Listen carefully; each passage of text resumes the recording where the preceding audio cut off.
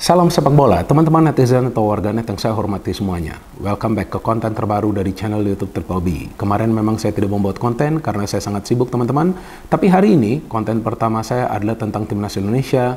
Karena yang saya baca beritanya kemarin bahwa ada rencana dari PSSI yang akan menambah jumlah pemain diaspora atau keturunan Indonesia dalam waktu dekat ini.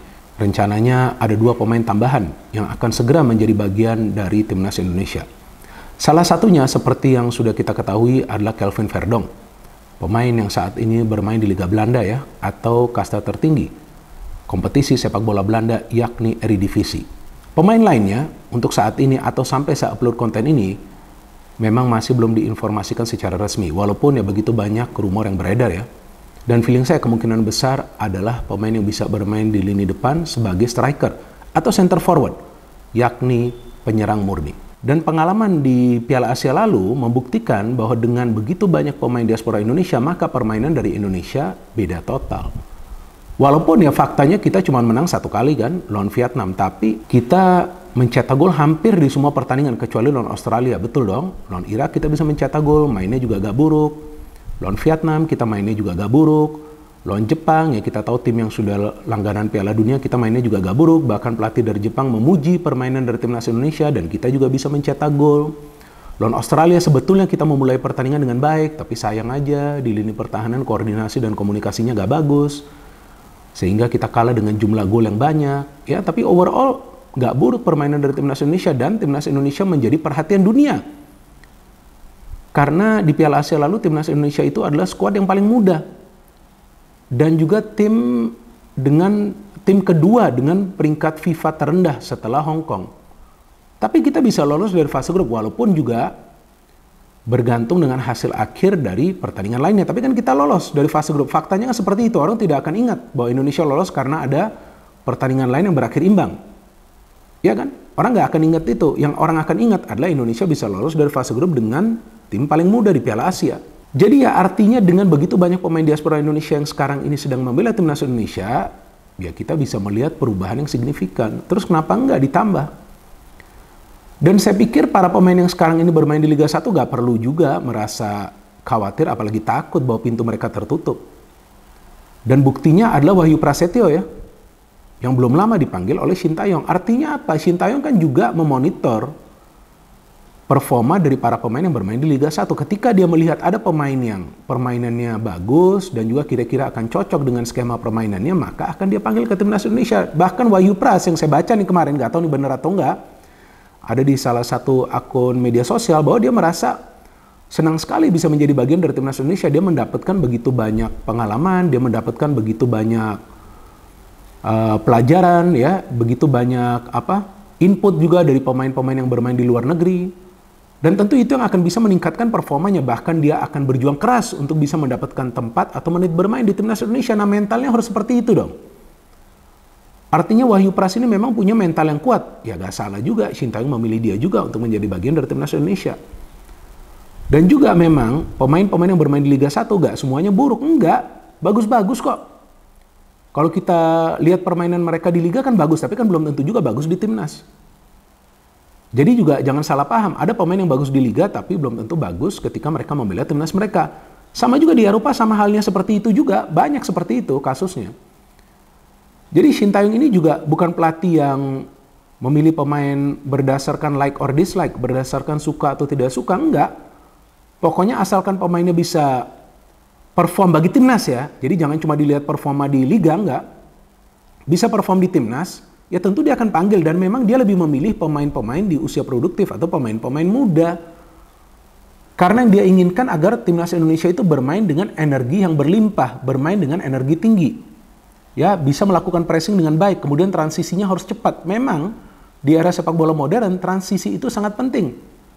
Contoh saya berikan, Timnas seperti Prancis dan juga Argentina yang bertemu di Piala Dunia lalu, ya di final Piala Dunia lalu, apa yang mereka andalkan? Itu adalah counter attack yang cepat. Bagaimana caranya mereka bisa melakukan counter attack yang cepat? Yaitu mengandalkan passing yang benar. Iya dong. Kalau passingnya gak benar, gimana caranya bisa membangun serangan dari pertahanan sendiri atau dari lini tengah sendiri sampai ke kotak penalti pertahanan tim lawan? Kan passingnya itu harus benar. Nah, jadi memang Shin Tae-yong melihat pemain yang bisa melakukan passing yang benar, yang bisa melakukan pressing yang benar, yang bisa bermain mengandalkan visi, dan juga yang bisa bermain secara disiplin, artinya tidak keluar dari jalur taktiknya, supaya gak berantakan permainan dari timnas Indonesia. Dan memang agar timnas Indonesia ini bisa sering masuk ke Piala Asia, bisa bersaing di Asia, dan juga diharapkan, ya ini kan mimpi kita semua ya, boleh dong kita bermimpi, mimpi kita semua, mungkin suatu saat Indonesia akan bermain di Piala Dunia. Kenapa enggak? Segala sesuatunya itu mungkin, asalkan dipersiapkan secara rapi, mulai dari awal. Nah inilah sekarang yang sedang dilakukan oleh PSSI dan juga tentunya Sintayong. Karena yang memang saya mendapatkan beberapa informasi yang real dari beberapa orang, bahwa memang keputusan akhirnya berada di Sintayong untuk memilih atau menyetujui pemain keturunan mana yang bisa bermain bagi timnas Indonesia. Jadi memang PSSI tentu mencari, atau mungkin Sintayong juga punya tim yang mencari dan memberikan rekomendasi ke PSSI. Jadi ini juga bukan karena ada orang dalam gitu istilahnya, yang meminta pemain keturunan tertentu untuk bisa membela timnas Indonesia. Enggak juga. Jadi memang dipilih secara ketat. Nah bahkan Cyrus Margono tuh kan, pemain yang baru saja menjadi WNI kan, Sintayong masih belum memilih dia, padahal dia bisa saja membela timnas Indonesia U23, tapi kan dia gak pilih. Yang dia pilih siapa bos? Hernando Ari. Nah ini kan sudah kelihatan nih fairness-nya. Terus apalagi yang mau kita ributkan? Apalagi? Terus contohnya adalah ketika dia melakukan pergantian pemain pada saat ada pemain yang bermain di luar negeri tidak bermain secara rapi. Dia mainkanlah pemain yang bermain di Liga 1, dan ternyata pemain-pemain tersebut bisa memberikan performa terbaik mereka. Di 2 pertemuan lawan Vietnam lalu, kita tahu pemain-pemain yang bermain di Liga 1 juga memberikan kontribusi yang sangat besar. Iya dong, itu tidak bisa kita pungkiri. Jadi mereka juga adalah pemain-pemain yang penting. Tapi yang dicari dari Liga 1 itu kan adalah kualitas, bukan kuantitas. Jadi memang ada ratusan pemain yang bermain di Liga 1, tapi kan yang dicari adalah kualitas. Jadi memang selektif banget. Sama juga ada ratusan pemain yang di luar negeri yang punya garis keturunan Indonesia, tapi kan nggak semuanya akan dinaturalisasi untuk membela timnas Indonesia, kan nggak juga. Jadi diselektif ini. Ini ketat banget nih seleksinya nih, saya yakin. Dan untuk Kelvin Verdong bahkan Sintayong sudah melihat langsung permainannya dan dia puas. Artinya kan gak ada salahnya juga bertambah pemain diaspora Indonesia, yang feeling saya akan terus bertambah. Ini feeling saya, mungkin juga saya salah. Tapi kalau memang progresnya real seperti sekarang, permainannya semakin baik, tentu akan bertambah pemain-pemain keturunan Indonesia yang sekarang ini bermain di luar negeri, dan gak ada masalah juga. Dan kemungkinan Indonesia akan menyerupai timnas Maroko yang berhasil di Piala Dunia tahun 2022 lalu, yang bisa lolos sampai semifinal, yang mendapatkan tempat keempat, padahal mereka adalah tim underdog di Piala Dunia tersebut. Mereka bukan kuda hitam, bukan tim kuda hitam, mereka adalah underdog, tim lemah. Tapi karena begitu banyak pemain keturunan mereka yang membela timnas mereka, maka mereka langsung meroket. Mental mereka beda, pressing mereka luar biasa, permainan mereka agresif, mereka kejar bola itu seperti mereka belum makan untuk 2 atau 3 hari. Benar loh, lihat saja permainan mereka. Nah mereka berhasil.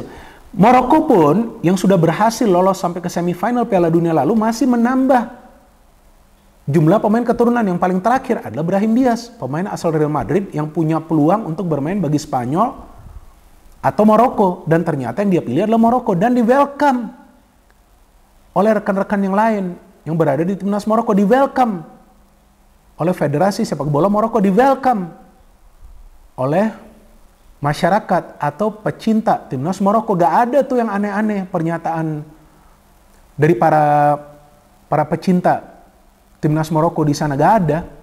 Mereka semua paham bahwa dengan pemain-pemain keturunan inilah timnas Maroko itu bisa bersaing di level dunia.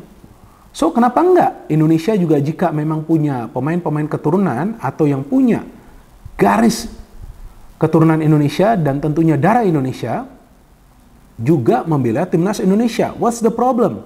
Gak ada salahnya kan mereka ingin membela timnas tanah leluhur mereka. Betul, faktanya memang mereka tidak bisa bermain bagi timnas negara di mana mereka lahir, betul kan? Tapi bukan berarti mereka adalah pemain yang tidak berkualitas sama sekali. Enggak. Coba lihat Tom Hee dan juga Ragnar Oratmangun kan?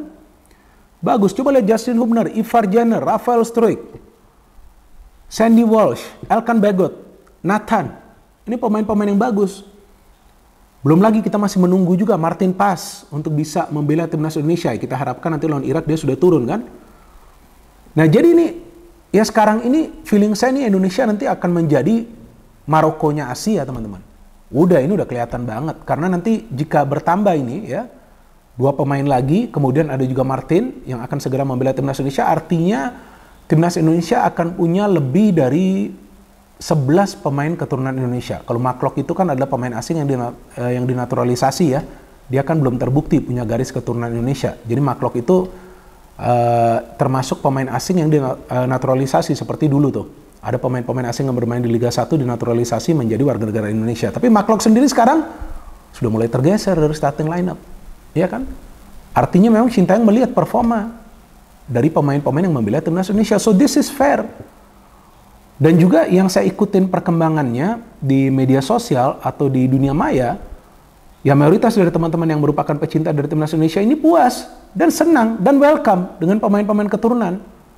Kan bagus. Bahkan tuh pelatih dari Maroko ya.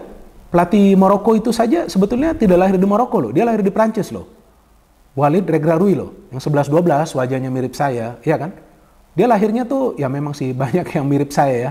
Bahkan Sofyan Amrabat tuh, pemain Maroko juga mirip saya kan wajahnya kan. Brewok juga nih. Jadi ya memang, mereka ini lahirnya tuh di luar Maroko, tapi mereka pilih untuk bermain bagi Maroko. Bisa saja mereka pilih Prancis, tapi enggak. Walid, ya, sepanjang karir profesionalnya lebih lama bermain di Prancis, kemudian dia sempat bermain di La Liga kalau nggak salah, saya lupa ya di tim mana ya, tapi kayaknya bukan di Barcelona atau di Madrid ya, mungkin tim biasa saja. Kemudian baru terakhir dia main di Maroko. Dan memang dia membela timnas Maroko juga, kemudian sekarang dia menjadi pelatihnya, kan bagus, fine-fine aja kan. Nggak ada tuh yang protes. Ini pemain keturunan nih, ini pelatih keturunan nih, nggak ada. Semua happy karena mereka paham. Ya kan, mereka berpikir dengan akal sehat. Mereka berpikir secara positif, yang penting ada progres dari timnas mereka. Dan ternyata Maroko sudah mendunia, dan tentunya kita juga berharap Indonesia bisa mendunia. Kenapa enggak? Anything is possible. Gak salah kita bermimpi. Gak ada masalah juga. Ya, jika ada yang punya masalah, berarti ya memang mereka tidak berpikir secara positif. Yang ada mereka berpikir negatif, dan mungkin mereka juga tidak suka dengan begitu banyak pemain-pemain keturunan Indonesia yang berada di timnas Indonesia, seolah-olah mereka membuat narasi bahwa tertutup peluang bagi para pemain yang bermain di Liga 1. Tapi itu adalah sesuatu yang menurut saya nggak benar, karena sekarang kita bisa melihat faktanya ya, Sintayong selalu memberikan peluang kepada semua pemain yang dia ingin bisa memberikan kontribusi. So teman-teman, kita harapkan 2 pemain tambahan ini akan segera menjadi bagian dari timnas Indonesia agar skuad Garuda bisa terbang tinggi. Dan juga kita harapkan nih dalam waktu dekat ini ya, nanti lawan Irak, ya kalau nggak menang ya seri, kemudian lawan Filipina kita bantai Filipina, atau yang mau menang 1-0 juga gak masalah, yang penting timnas Indonesia lolos ke round 3, dan nanti di round 3 berjuang lawan tim-tim besar lainnya dari Asia. Bagus ini pengalaman untuk para pemain kan, dan ya nanti kita lihat siapa lagi pemain keturunan yang akan membela timnas Indonesia. Dan bukan tidak mungkin nanti akan ada lebih dari 14 atau 15 pemain keturunan Indonesia.